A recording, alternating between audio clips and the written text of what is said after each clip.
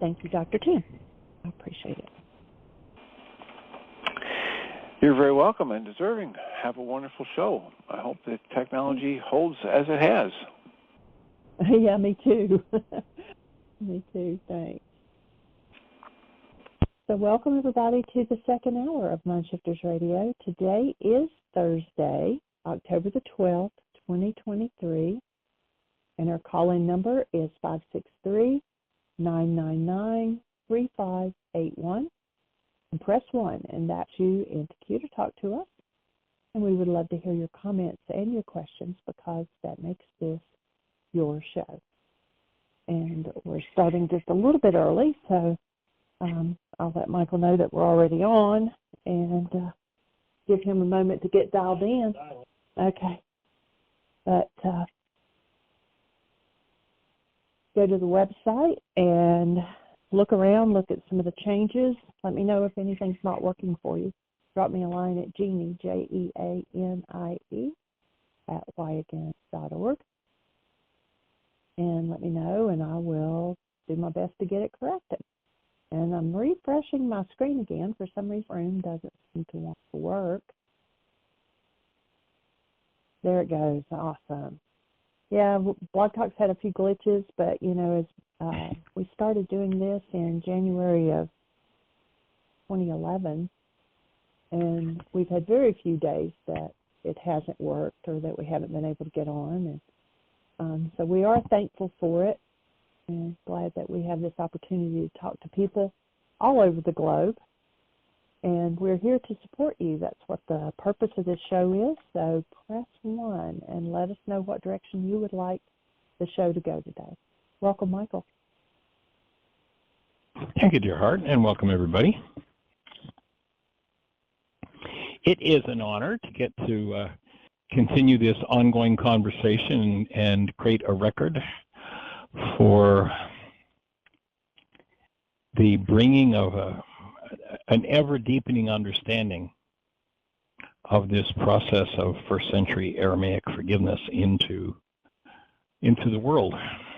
And I had what for me was a kind of an interesting insight this morning, actually, to an exchange with a massage therapist here, and was having this work done on me and hit a particular point in my back.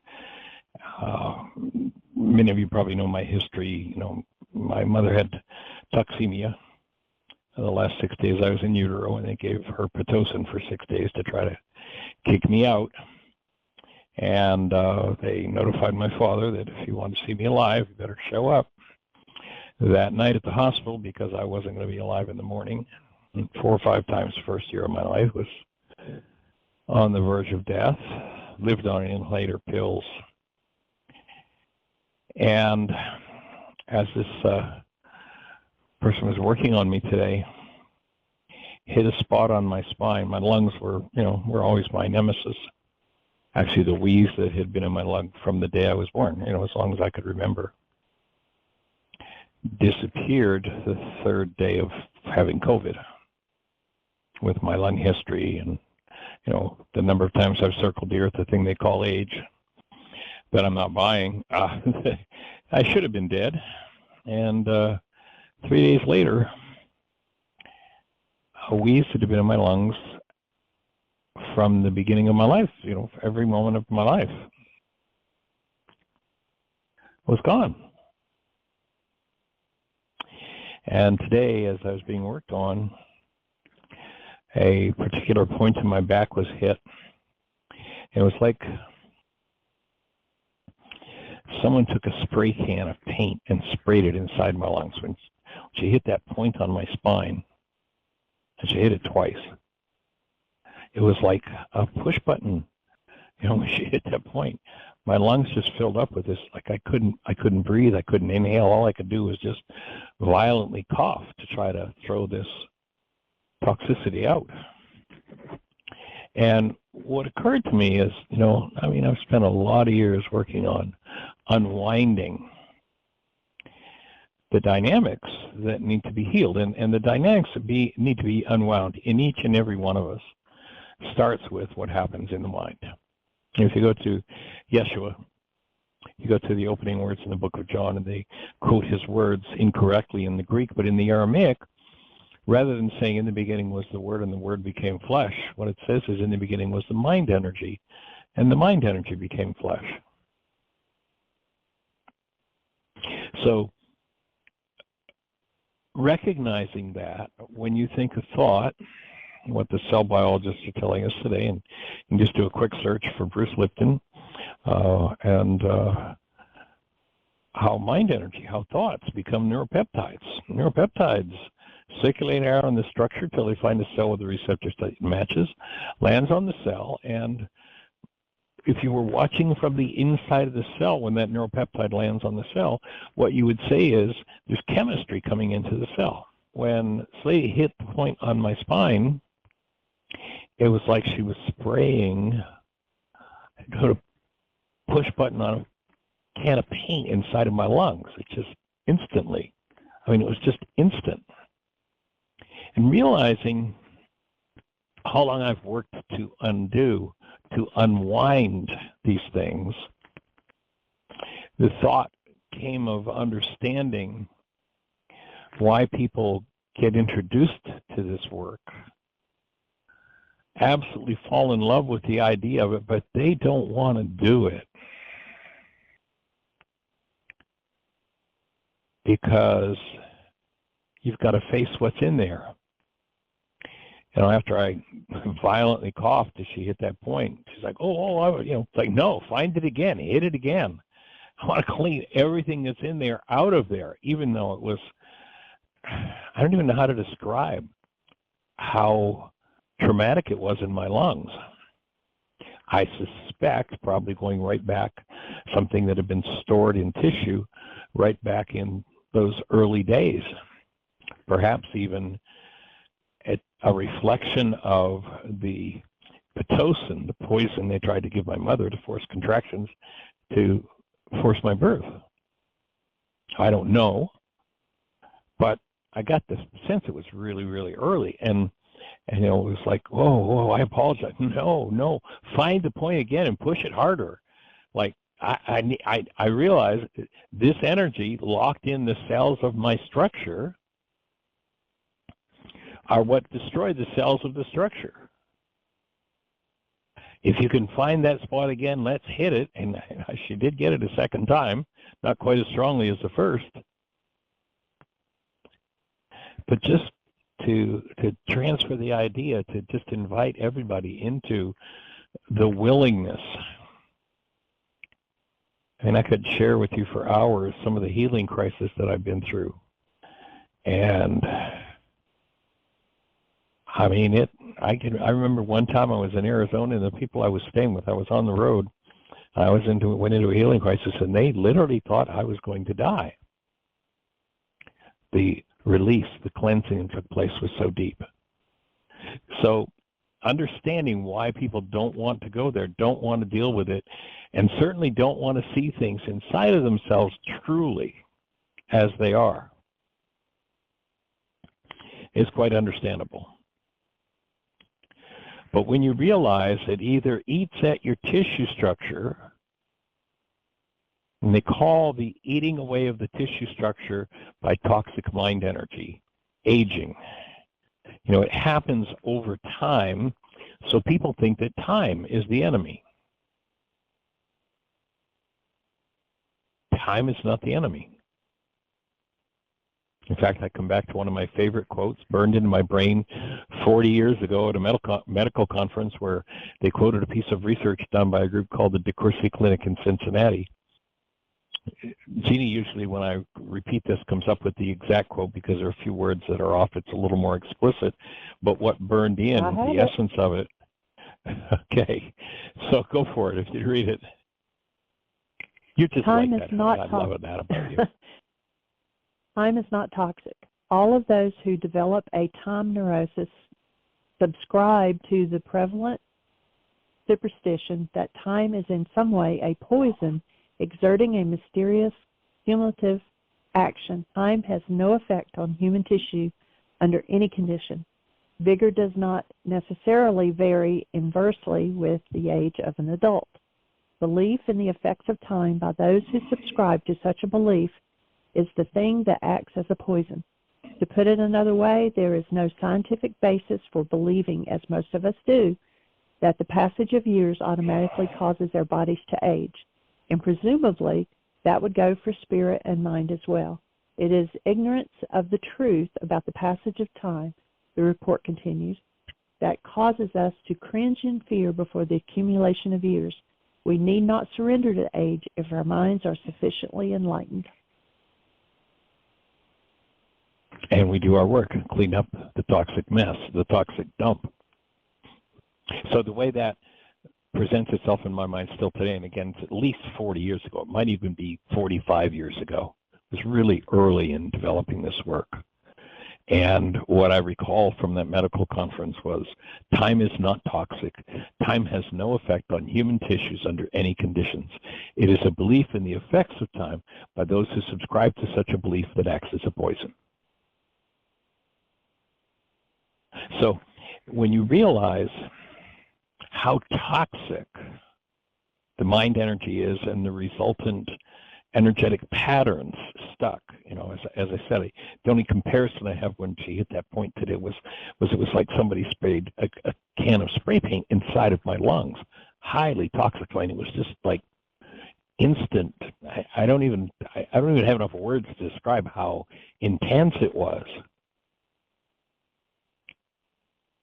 And realizing that I'm carrying that around with me. No, the answer wasn't to say you're sorry for that. It's like, yay, thanks for hitting that point. Now let's go after it again and see if there's any more of that in there. So what we're really inviting each person to do is to turn back the clock to youth, to take the load off of tissue that makes it look like the tissue's aged, because tissue can't age. It's not possible. Out of that experience, as we discussed it, as we were processing during that session, what clicked for me in my brain is, you know, they talk about the Bible as the book of books. Your body, what we call your body, your energy system is the book of books. And your whole family history, your whole cultural history is written in that book. Every generation, everything that's gone down from day one is in your structure. And what this man Yeshua, with his tool of forgiveness, is inviting us to do, what we're inviting you to do with this work, is to turn the energy system that we call your body back into a purified system that holds only the energetic patterns that you are designed for, came with the package initially.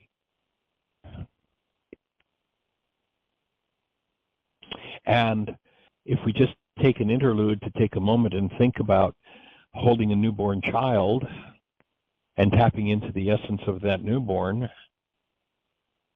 this is a question we've asked of tens of thousands of people over the years. Everybody's answer is the same.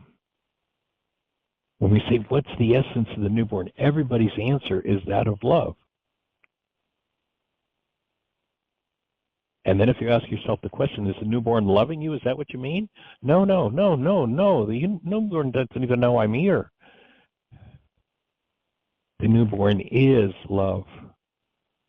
We're looking to bring you, love, back into full expression in your structure and invite you to open every valve, every door, every gateway, every barrier, every veil in your temple that holds back an energy that is toxic to human life,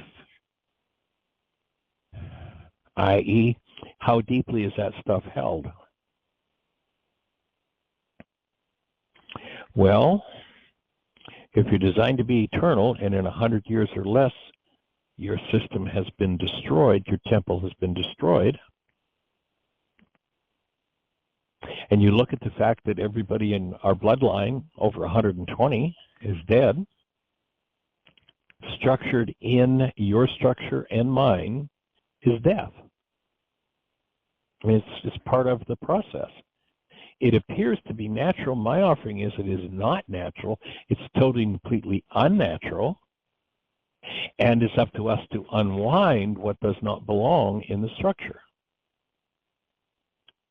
And the skill required to do that is the skill of breathing through any kind of energetic pattern that is not reflective of love, embracing the underlying, what has on a physiological level become chemistry, but ultimately to embrace it as the original energy that it was in the presence of love. And when that happens, the toxic effects are transmuted. They are disappeared from the cell. They are disappeared from the gene. So the invitation is to embrace everything, not everything you've been through, but everything that your mother and father have been through that they never resolved, that their mothers and fathers and their mothers and fathers and their mothers and fathers before them went through and never resolved, were never able to bring to the space of love for healing.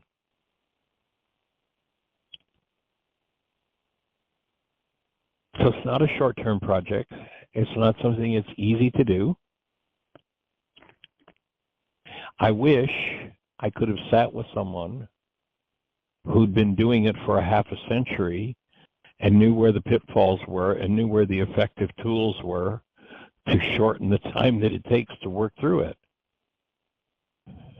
Because not everybody is going to, one, have the brain cells, and two, decide to spend 50 years of their lives full-time understanding how the tools work, bring them into a form that are usable, and then sharing them. And that's what we're here to do,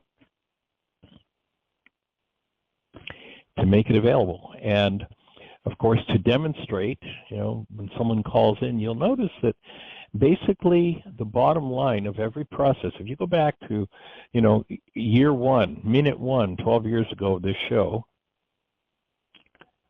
you'll notice that the basic element of healing, the basic thing that I'm working with everyone who calls, or the Jeanie's working with everyone who calls, or what we're working with whatever comes up in us, is always to correct the mind energy that forms a picture that inhibits the ability to function as love, as a human being. Now, there are people who will go on a physical quest thinking, oh, see, we just have to fix the physical. Well, we got to get smart here. Let's go back to Albert Einstein. Here's what he says. On such things as matter, we've been all wrong. What we have heretofore called matter is energy, energy whose vibrations have become so lowered as to be perceptible to the senses. There is no matter.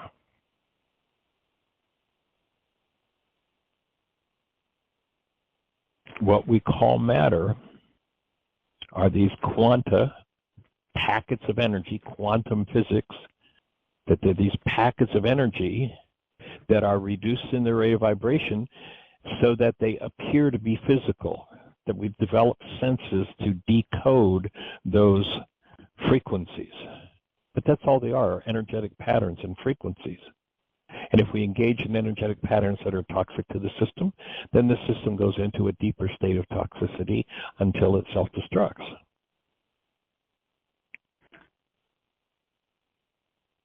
So the reason why, for instance, when somebody does an intensive, comes to Heartland, we do a total fresh and raw food program,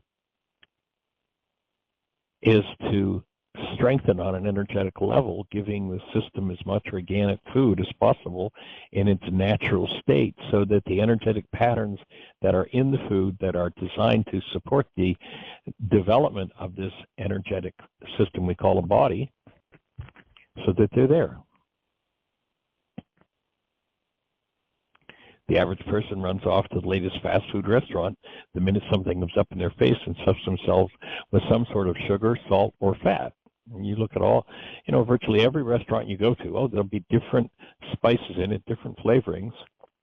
But in essence, what every restaurant owner asks when you place your order is, what kind of sugar, what kind of salt, What kind of fat do you want?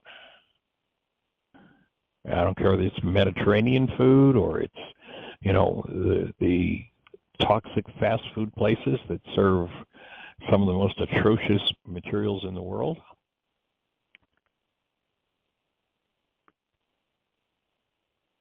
And one of the things we enjoy, and we were really thankful for the fact that our garden has been really, the last couple of years since we started gardening, producing these awesome tomatoes, because that was one of our favorite foods. We just watched a documentary the other day. And guess where, if you order your favorite brand of tomato sauce out of Italy, it says made in Italy, guess where the tomatoes were grown?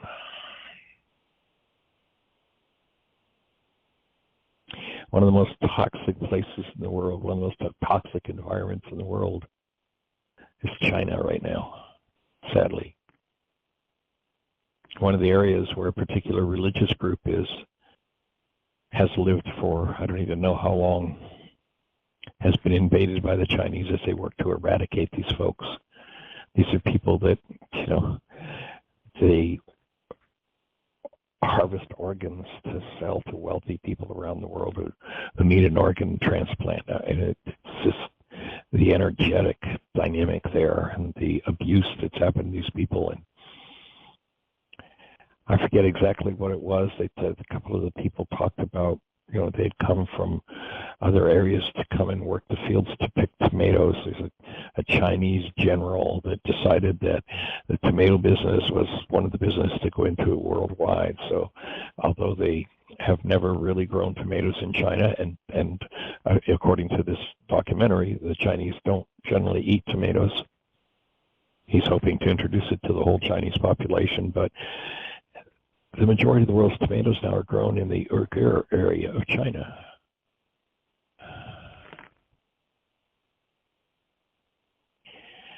They showed 55-gallon or 65-gallon drums of tomato paste coming into factories in Italy. They open it and they say, oh, we manufacture it here. What do?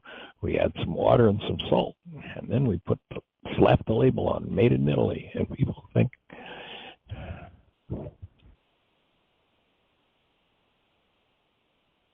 So why do we do fresh and raw, or if we do an online intensive, why does it include a total dietary regimen, a set of menus and directions for how to produce fresh and raw food?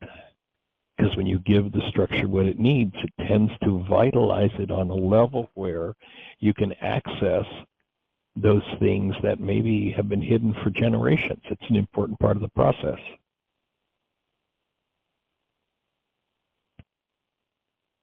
And from there, we incorporate every tool we can.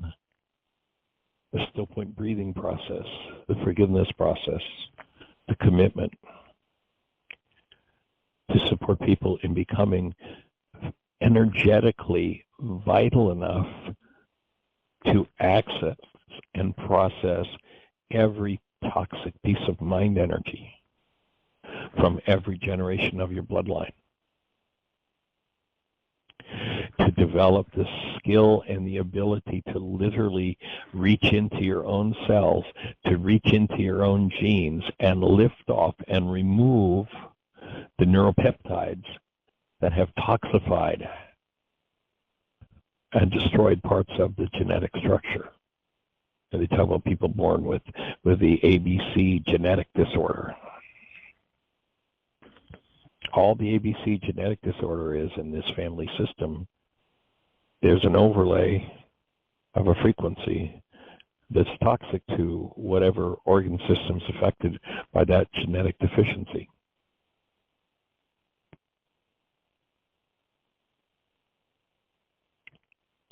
And what forgiveness does, collapses what's going on in the mind so that we can begin to really, truly look inside and deal with those things that are held within us, rather than living in denial, Remember our definition of denial.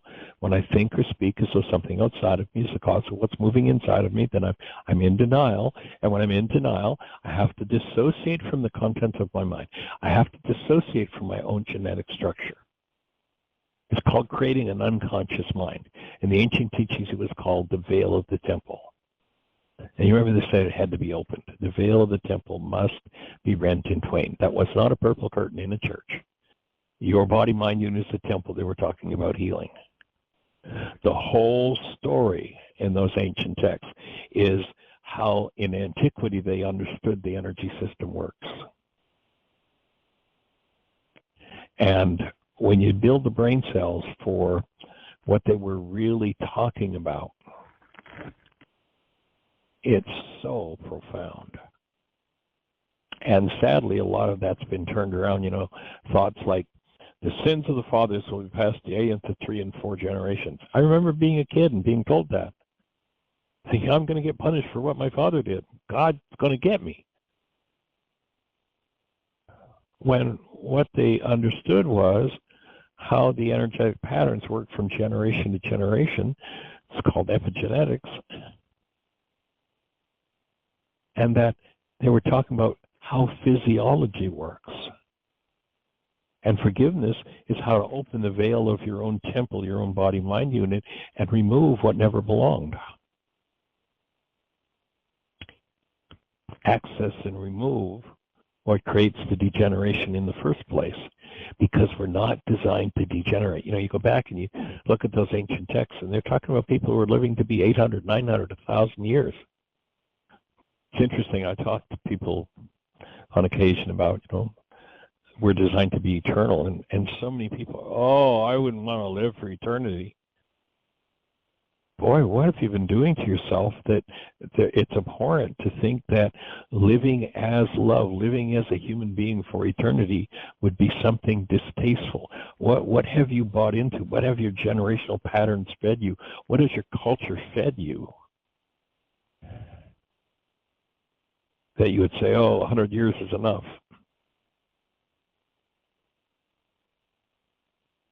And what if tomorrow morning 7.5 billion people woke up knowing who they were as love, free of every generational toxic thought, every hate, every fear, every rage, every guilt, every grief, every condemnation, every bit of suffering? If that energy were transmuted and everyone functioned as human beings for, what would this world look like? I'll tell you what, you'd want to hang out in it for eternity.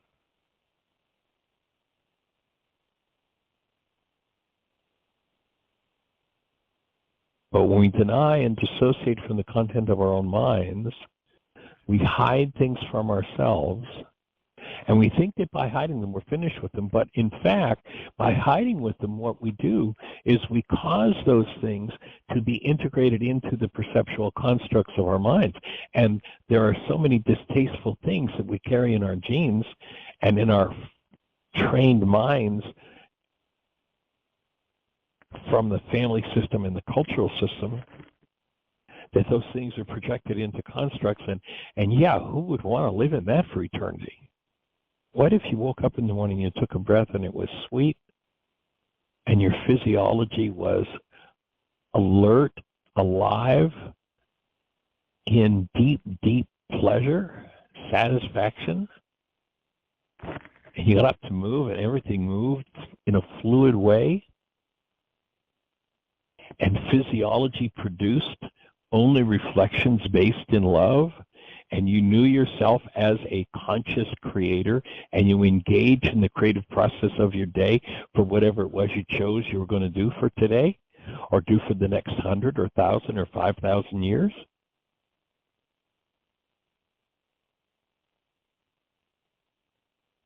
Who would choose oblivion to that? I'd offer only those who haven't done their work and are terrorized by what they carry around inside of them, and they try to escape from in their lives. And yet there's no escape, Because being a creator, whatever you carry, whatever you hold, your creation will reflect that.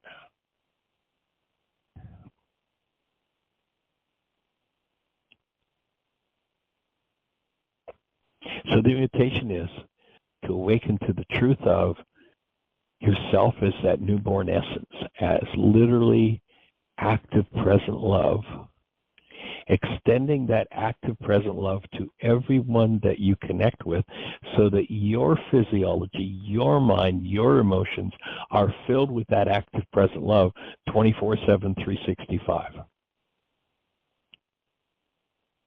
What would it be like if tomorrow 7.5 billion people woke up in that state, including you and I, and we just went for it?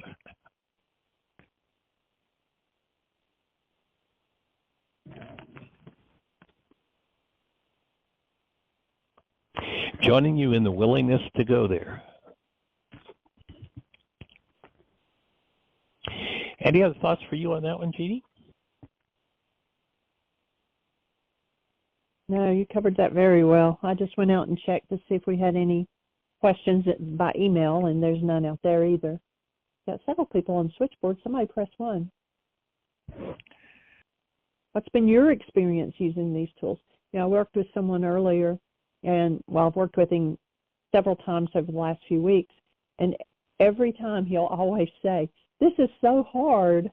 And I'm like, no, it takes effort. I said, but living life without facing what's in there is what's hard, because life's going to come around and it might tap you on the shoulder, and then it'll punch you, and then it might hit you with a 2x4. Cancel all those thoughts. I said, you know, life's going to bring to you what you're holding inside. So taking the effort to do the work to clean it out, yeah, it takes effort, but it's not hard. Yeah, living without the tools, living in that old trauma-based unconscious mind, that's a hard way to live. You're right. It does take effort to go in there and clean it up. But, living there is so much sweeter, so much better. And what are we likely to find in there?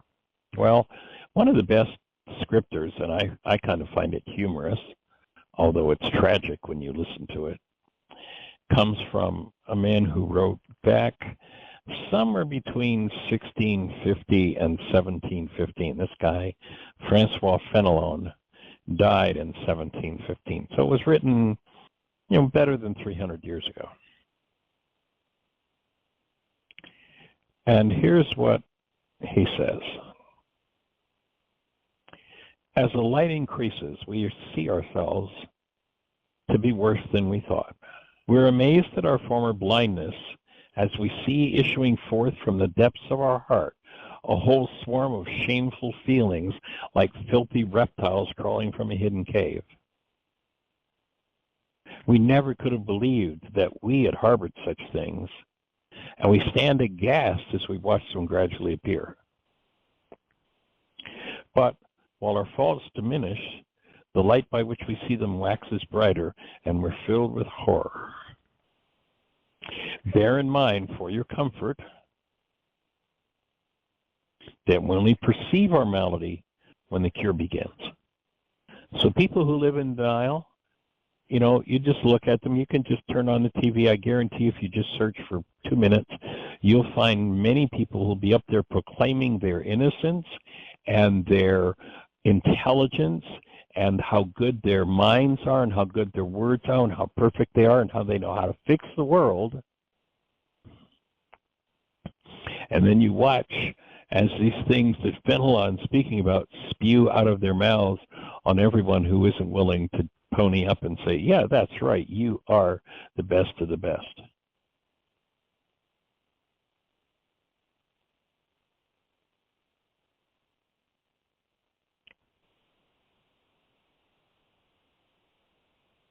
Nikolai Berdyaev wrote this, kind of fits in with Fenelon. Knowledge requires great daring. It means victory over ancient primeval terror. It must also be said of knowledge that it is bitter, and there's no escaping that bitterness.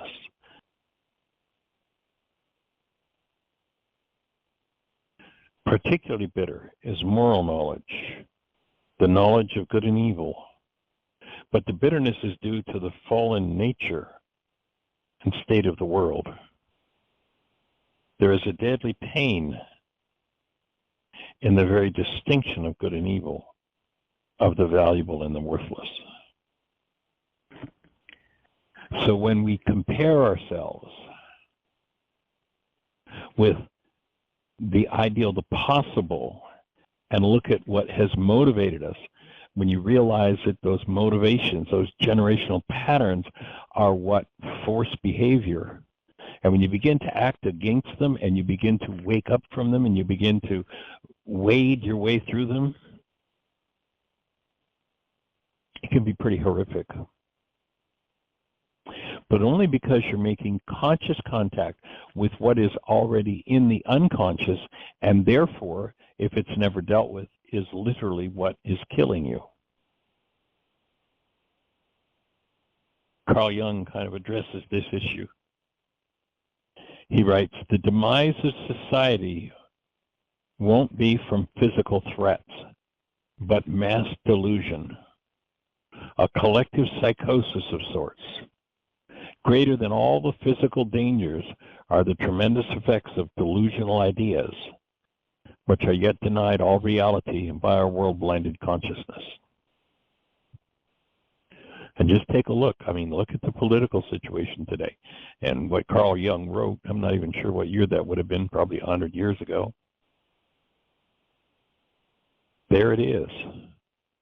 Collective psychosis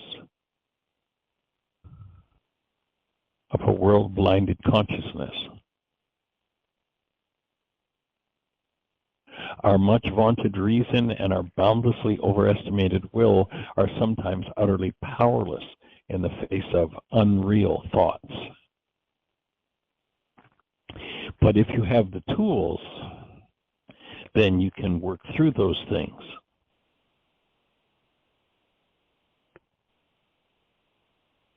Jung goes on to say, anything new should always be questioned and tested with caution, for it may very easily turn out to be only a new disease.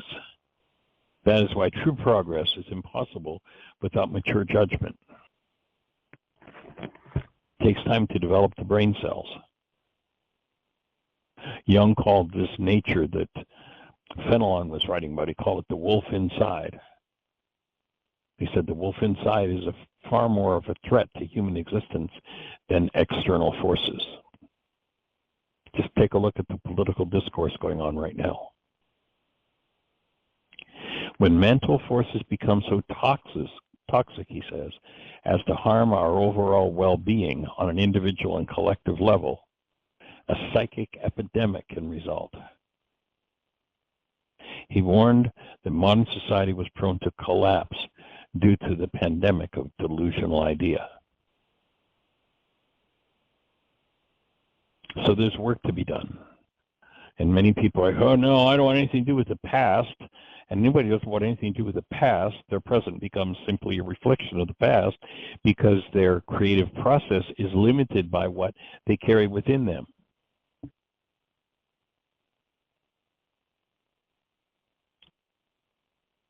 Jung goes on to say the man who is unconscious of historical context and lets slip his link with the past is in constant danger of succumbing to the crazes and delusions engendered by all novelties.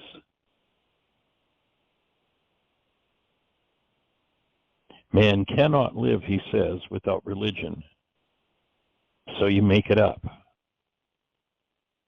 Now, when he's talking about religion, what he's talking about is there has to be, in order for a culture to survive, in order for a society to survive, there has to be a common understanding of life at the root of it, of that culture.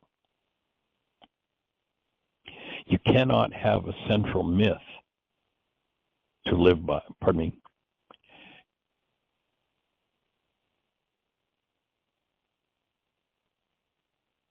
I misread that, and it's you must hold a central myth to live by. And what Jung is talking about is that if we lose that, if we don't have this collective unifying principle, then all kinds of insanity shows up.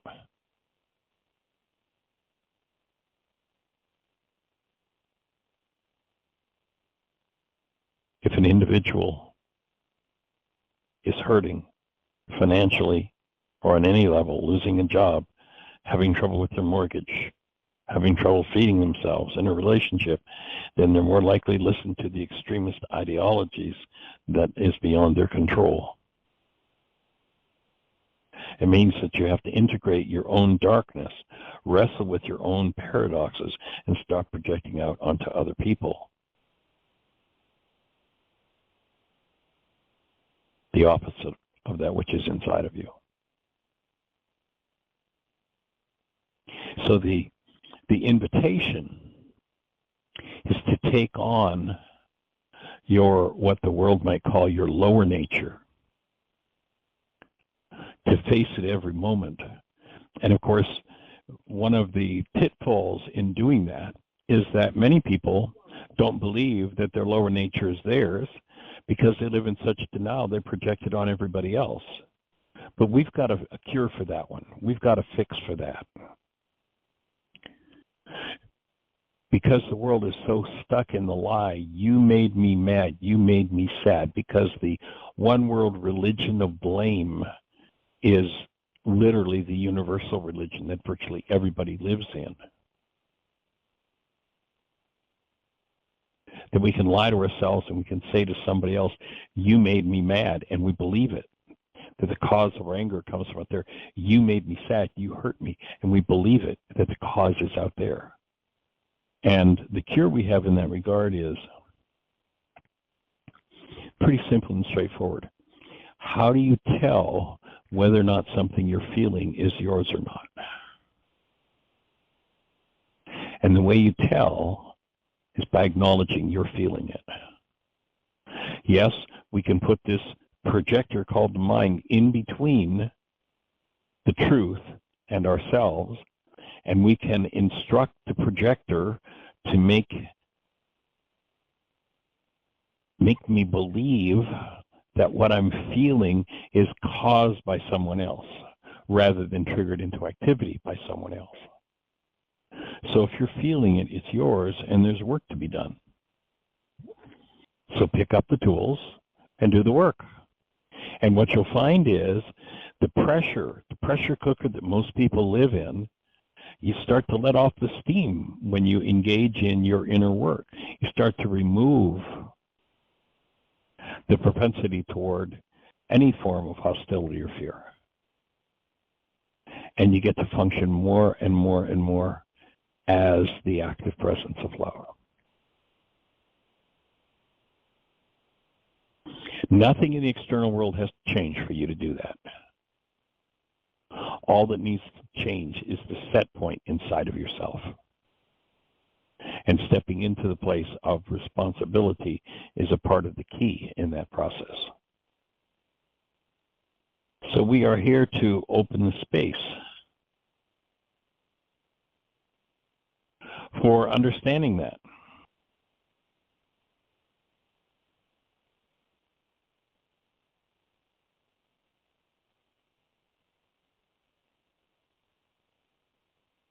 And we invite you to step in and use the tools, and then share your experience of them with us.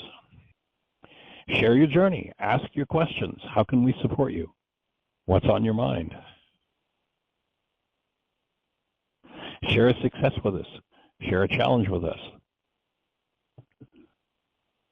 If you're listening to the show on one of the stations where we can't see you in our control panel, then the call-in number for the show is 563-999-3581. We invite you to call that number. And when you do, you'll be listening directly to the show. And then if you have something to share, if you have a question or a thought, push 1, and we're having a conversation. So if you're out there in listener land, let's have a conversation. How can we support you? What's on your mind?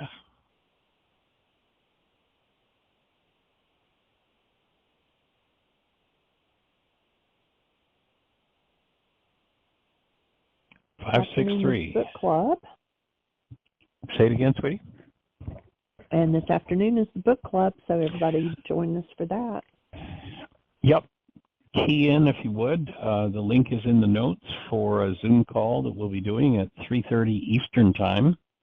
It'll be 8:30 p.m. in London, England, where the book club is situated. And we thank Yinka for having that that gateway into the world, for sharing these tools and extending them to many, many people that we'd otherwise not see, assisting us to fulfill our vision of making these tools available to quite literally every mind, heart, and being on the planet.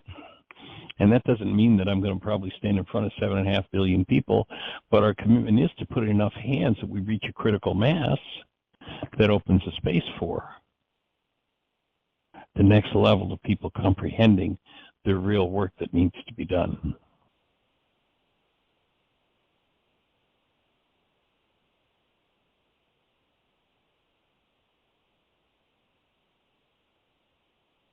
So if you're out there in Nestler land, let's talk about it. Press 1. How can we support you? What's on your mind?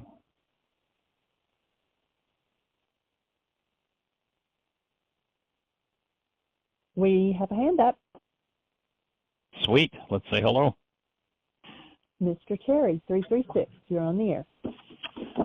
Good afternoon, folks. Well, hey there, young man. How are you? I'm doing pretty good. I am. And always a pleasure.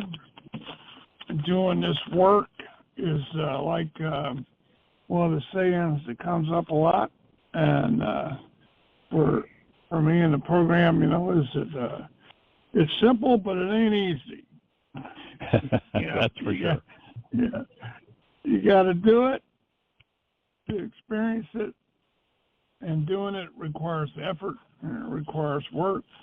And so one of the things that I'm experiencing right now is that come through another little piece of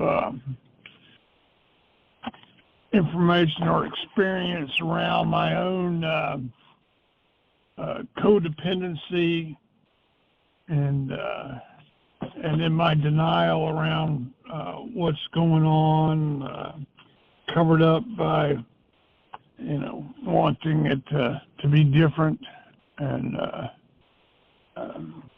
enabling people and the triangle or the circle between becoming the rescuer, the victim, and the persecutor, and that dynamic, and doing them all at once. Well, one step, probably all at once across different situations, but specifically, it works as my example is, okay, so I hired a guy. He's trying, he's doing good, has a problem, and I help him a little bit. And then he has another problem, and then by helping him, at some point I've crossed the line, and I'm enabling him, then I'm trying to rescue him, and then the next thing you know,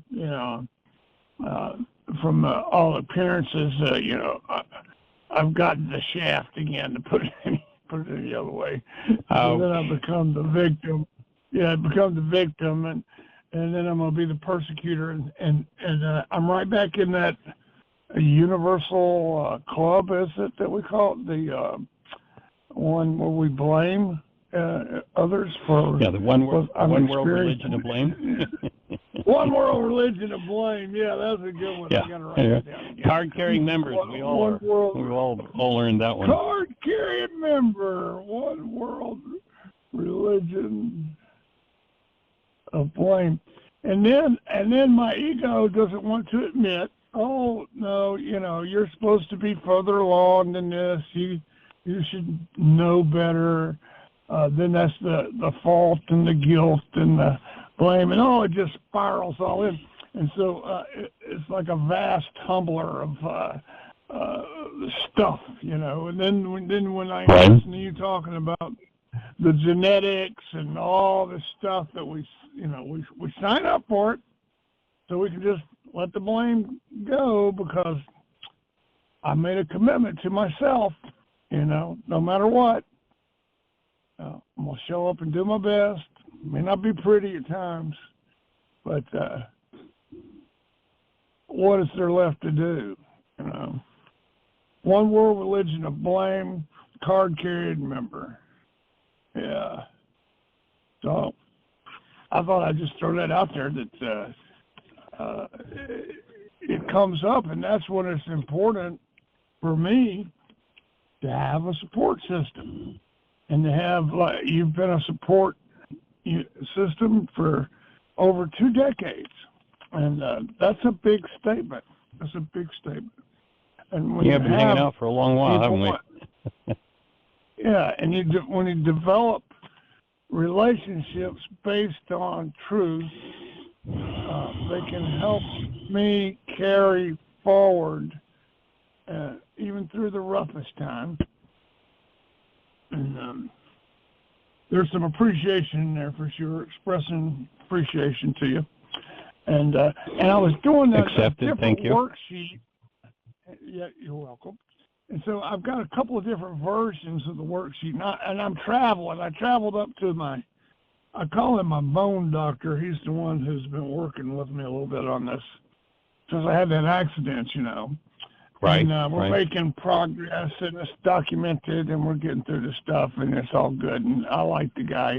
He's from Missouri, you know, so we always talk a little bit about Missouri. And he's a youngster. I say, you know, he's in his 30s, and so, you know, he seems like a kid. But he's a full-fledged, you know, medical doctor, and he's very open-minded to input and hearing what I've got to say and offer. So there's another support piece. You know, it's like I got a doctor that I trust to support me, and I can say whatever I feel like I want to say, and I feel like I'm heard, you know. And that's just so essential. And now Jeannie's been hanging out there, just hanging out there and just sticking with it. And I acknowledge you, Jeannie, on that. You just persevere. Because anybody that signs up, you know, they're going to get some stuff here that they're not going to want to look at or deal with or own. That's my opinion, you know. And an opinion based on wide experience, right? Yeah, and I admire anyone that's willing to do that. You know? So that's what I'm offering in the conversation today. Let's go back to that worksheet input for a second. Well, what I was going to say is, let's go back to the message you were delivering to yourself as you talked about that cycle of the victim-persecutor complex.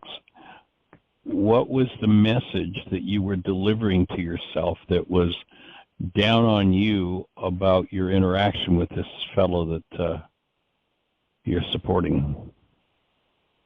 I was a sucker, you know, but I was a willing volunteer. I set myself up. Why is this happening to me again? You know better than this. You could see it's coming. You got your little ulterior motives. I mean, just really, you know, kind of roughing myself up on that. It's like you always got the little ulterior motive, and then it goes wrong. And once it crosses the line, then there's a big mess, and then you got to, you know, work through all that again. So is that what you're kind of asking about? That's what I'm kind of asking about. So have you, when you face that sort of a circumstance, what you're 99.99999% of the time, you're facing a power person dynamic. Oh, yeah. Back to the So how did it feel? Of the week here. Yeah. How did your power feel when your power person delivered that message to you? And are you ready to forgive? 10. Well, whatever the core message was that you're delivering to yourself about the way you're interacting with this fellow. Oh, you can't be trusted, you sneaky dog. Ah, okay. So that's that would what be came up. the starting point for the next trust that power worksheet. person. Yeah. Okay, so there are two types of power person messages. There's the active message, the message that the power person delivers to us. And so that would be, you know, the kind of message that usually it's something about how you're broken. But then there's the passive person message as well. This is kind of a new piece that I've started to work on and started to understand. And this would be an example of the passive power person message. I can't trust.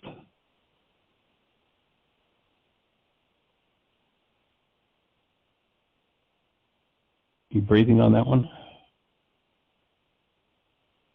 Yes, I'm breathing and trying to figure it out. Okay. So remember, the number one pseudo-solution of the non-being mind is so I could just figure this out. In the next 10 billion years, you won't figure it out, I guarantee you. But you can forgive as to that message. And what would be productive, I would offer, would be worksheets on yourself in that circumstance, with your power person and with the current situation, both. And then worksheets on the power person themselves. So worksheet on Terry, in that, where that conclusion is reached, where that passive power person message is taken on. I can't trust anybody. So that would be a worksheet where Terry's the object of attention. And then worksheets where the power person is the object of attention. And then worksheets where the current place where that's being projected in this interaction with this fellow that you're working with. Each of those would be productive for collapsing into the root dynamic that's common in this whole thing and forgiving it, removing it from your structure.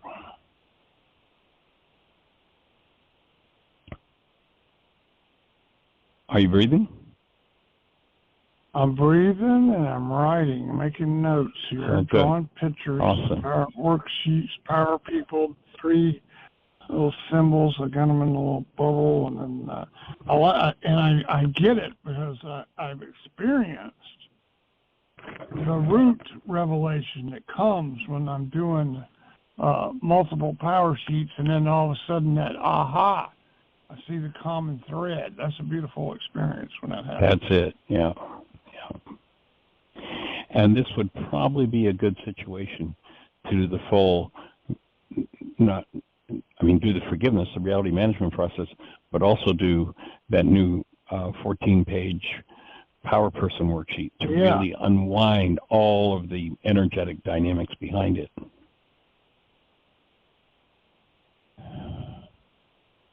Ultimately, what we want to do is unwind every mind energy pattern held anywhere in the structure. I had some interesting feedback. I'd sent that worksheet is only available to people who do the codependence intensive. And there's a young lady who I've known for 40-some years, started to do this work way back when, and she's really been engaged. She hadn't done the intensive, but when I came up with the most recent one that I sent you, I sent her a copy just to share it with her.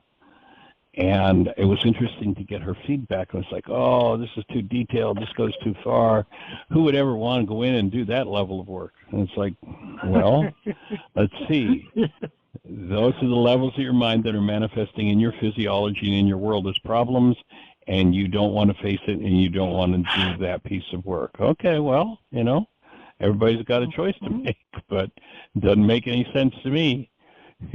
You go back to the ancient teaching where they understood exactly how they said, nothing will remain hidden. Everything will be made known in the light of day.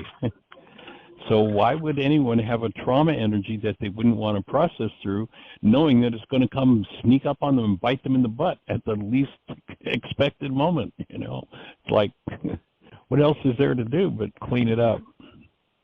And that was sort of the thesis behind doing that really extended power person worksheet, to really look at every aspect in terms of the mind energy that needs to be cleaned up.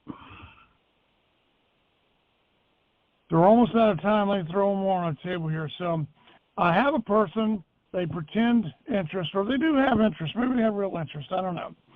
Hand out some tools, and then they're looking like and then they just leave them. Don't even think, that it's like, as soon as they get out of my sight, there's like no interest. It's just a game. Then I look at betrayal and apathy and, even disgust. And these are some of the stuff what that opportunities come up with me, yeah. Mm. You mean you actually get to look at the things you brought to the party? Yeah. When they don't follow through with your goals for them. That's right. Isn't it interesting how we can project that stuff, though? Isn't that amazing? Yeah. Mm-hmm. And it's not pretty. No, none of it is. As Fenelon wrote, it's pretty intense. Filthy reptiles, he calls them, coming from a hidden cave. Filthy reptiles. Yeah. And then on the other hand, though, that description you described about how we could live, I've experienced it, and I do experience that. I have, periods, moments, little segments of where everything's right in the world. Everything is beautiful and perfect. Yeah. And that's worth working for. You got it. You got it. It is worth working for sure.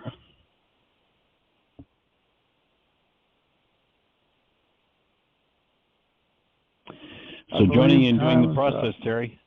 It is. Yes, we're down to just you. the last few seconds, so it's going to cut us off. Appreciate you, my friend. Everybody, thanks for joining us. Have the best year yet of your eternal life. It's an awesome gift to give the world.